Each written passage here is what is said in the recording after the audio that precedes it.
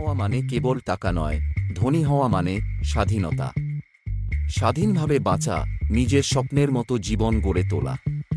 কিন্তু সেটা কি সহজ? এখনো অন্যকে দোষ দাও, সরকারকে, পরিস্থিতিকে, ভাগ্যকে, তবে তুমি শুরুই করনি। তোমার জীবন একমাত্র তোমার দায়িত্ব। ধৈর্য, পরিশ্রম, পরিকল্পনা, এই তিনটা শব্দ না থাকলে কোনো স্বপ্নই বাস্তব হয় না। তুমি কি শিখছ সেটা নির্ধারণ করবে তুমি কোথায় পৌঁছাবে। প্রতিদিন 1 ঘন্টা শিখে দেখো, 1 বছর পরে তুমি হবে তোমার পুরনো আত্মার থেকেও অনেক শক্তিশালী। টাকা খরচের জন্য নয়, টাকা ইনভেস্ট করার জন্য।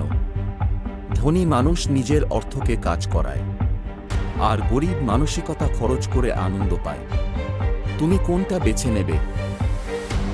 নিজের মানুষগুলো বেছে নাও, যাদের সঙ্গে থাকলে তুমি শেখো, যারা তোমার স্বপ্নে বিশ্বাস করে তাদের কাছেই থাকো।